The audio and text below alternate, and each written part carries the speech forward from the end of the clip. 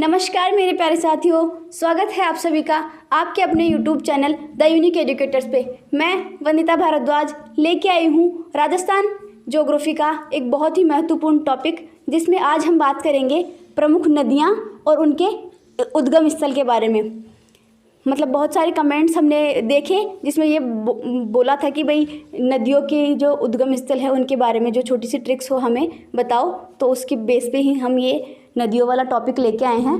तो चलिए शुरुआत करते हैं आज के सेशन की, जिसमें हम देखते हैं, इसमें हम बात करते हैं बनास नदी की।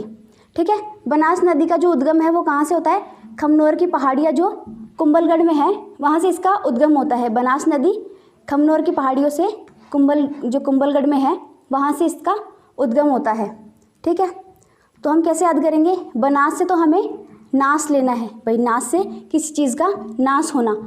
खमनोर से हमें खम्मन लेना है, खम्मन होता है ना, खम्मन जो खाने का होता है, तो खमनोर से हमें खम्मन लेना है कि भाई खम्मन का नाश हो जाए, मतलब खम्मन का नाश हो जाए तो अच्छा नहीं लगेगा ना वो।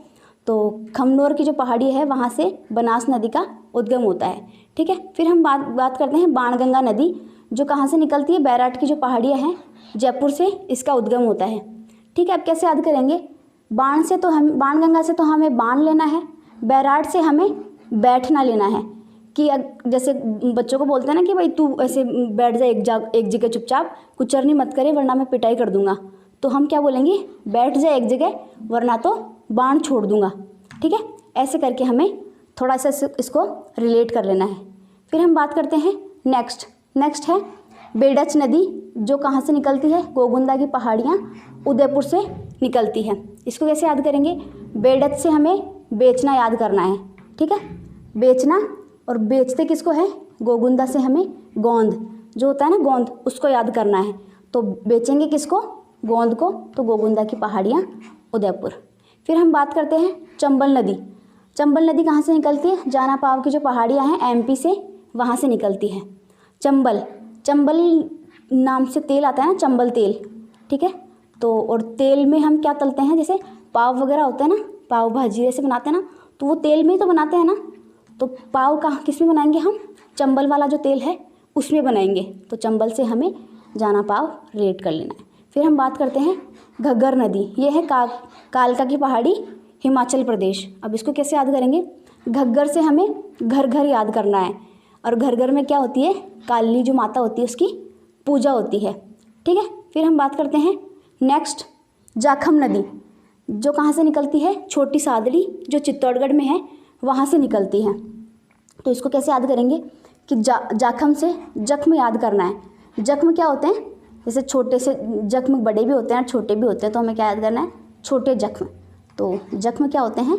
छोटे, ऐसे करके याद कर लेंगे। फिर है सोम नदी, जो बीछामेड़ उदयपुर से निकलती है। इसको कैसे याद करेंगे? सोम यानी सोमरस होता है ना, सोमरस जिसको हम दारू भी कहते हैं हमारी सामान्य भाषा में। तो सोमरस कैसे पियेंगे? ऐसे बिछा ली हमने वो बेडशीट या कुछ बिछाने का, और उस पर बैठ के फिर हम सोमरस पी रहे हैं, मतलब दारू पी रहे हैं ऐसे करके।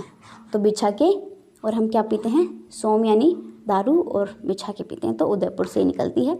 फिर है लूणी नदी, ये है नाग पहाड़ अजमेर से निकलती है। इसको कैसे याद करेंगे? जैसे नाग किसी को डस लेता है तो ऐसे लगता है ना, बहुत भयंकर जलने लगती है। तो वैसे ही मतलब उसके ऊपर हम लूण डाल दे, नमक डाल दे, जैसे बोलता है ना जले पे नमक छिड़कना। तो अगर कहीं पे काट जाए और फिर उसके ऊपर नमक डाल दे तो बहुत भयंकर जलता है ना।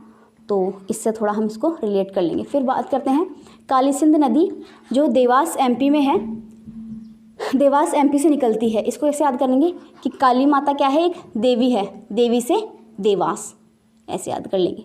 ठीक है, फिर हम बात करते हैं नेक्स्ट है माही नदी, जो विंध्याचल पहाड़ी एमपी से निकलती है। अब इसको कैसे याद करेंगे? माही से हमें MSD महेंद्र सिंह धोनी को माही कह के बुलाते हैं ना, कि वही माही में क्या है? इतनी विद्या थी। विद्या मतलब ज्ञान, इतना ज्ञान था कि वो आज क्रिकेट खेल रहा है। तो माही से हमें माही MSD वाला याद करना है, और विंध्याचल से हमें विद्या याद करनी है। विद्या यानी ज्ञान, विद्या सरस्वती माता, ऐसे करके। फिर है पार्वती नदी, जो विंध्याचल पर्वत से निकलती है। इसको कैसे याद करेंगे? पार्वती से हमें पार याद करना है, पार और वती होती है ना, तो पार्वती से हमें पार याद करना है। जैसे हम मतलब जो हमारी जीवन की नैया है वो कैसे पार लगाते हैं, जब हम में विद्या होगी ना तभी तो ये चीज़ें पार होगी ना सारी। तो पार्वती नदी विंध्याचल पर्वत से निकलती है। फिर बात करते हैं साबरमती नदी, जो पदराना की पहाड़ियाँ हैं वहाँ से निकलती है। ठीक है, तो सब लोग जब खाटू श्याम जी के जाते हैं ना तो पद यात्रा से जाते हैं ना, मतलब पैदल चल के तो जाते हैं ना। तो सब साबरमती से सब याद करना है और पदराना से हमें पद याद करना है। तो सब लोग जब खाटू श्याम जी के जाते हैं तो पैदल यात्रा में जाते हैं। ठीक है, फिर हम बात करते हैं कोठारी नदी देवास। अब कोठारी नदी को कैसे याद करेंगे, जैसे कोठा होता है ना, कोठा मतलब जैसे स्वामणी वगैरह होती है ना, तो जिस जगह पे वो खाने वगैरह का सामान रखा जाता है ना उस जगह को कोठा बोला जाता है हमारे यहाँ राजस्थान में। तो वहाँ पे मतलब पहले भगवान जी के भोग लगाते हैं, भगवान जी की मूर्ति रखी जाती है। तो इसको हम रिलेट करेंगे भाई कोठे में हम भगवान का वास करते हैं, देवों का वास करते हैं, फिर ही आगे काम करते हैं। ठीक है, फिर हम बात करते हैं नेक्स्ट कांकनी नदी, जो कोटड़ी की पहाड़ी वहाँ से निकलती है। तो कांकनी से काका और कोटड़ी से कोटड़ी से हमें कोट याद कर लेना है। तो काका क्या पहन रखे हैं, काका पहन रखे हैं कोट, तो ऐसे याद कर लेंगे, रिलेट कर लेंगे इससे। फिर है कांतली नदी, जो कि है खंडेला पहाड़ी सीकर से निकलती है। ठीक है, तो हमें ये ऐसे याद कर लेनी है। आई जस्ट होप साथियों मैंने जो आपको ये नदियाँ और उनके उद्गम स्थल पढ़ाए हैं और उनको कोरिलेट करवाए हैं, आपको अगर समझ में आया हो तो आप जितना हो सके अपने दोस्तों के साथ शेयर करें। और ऐसी इंटरेस्टिंग वीडियो के लिए हमारे चैनल को लाइक शेयर और सब्सक्राइब करें। मिलते हैं किसी नई वीडियो में। Till then subscribe the channel. Thank you so much.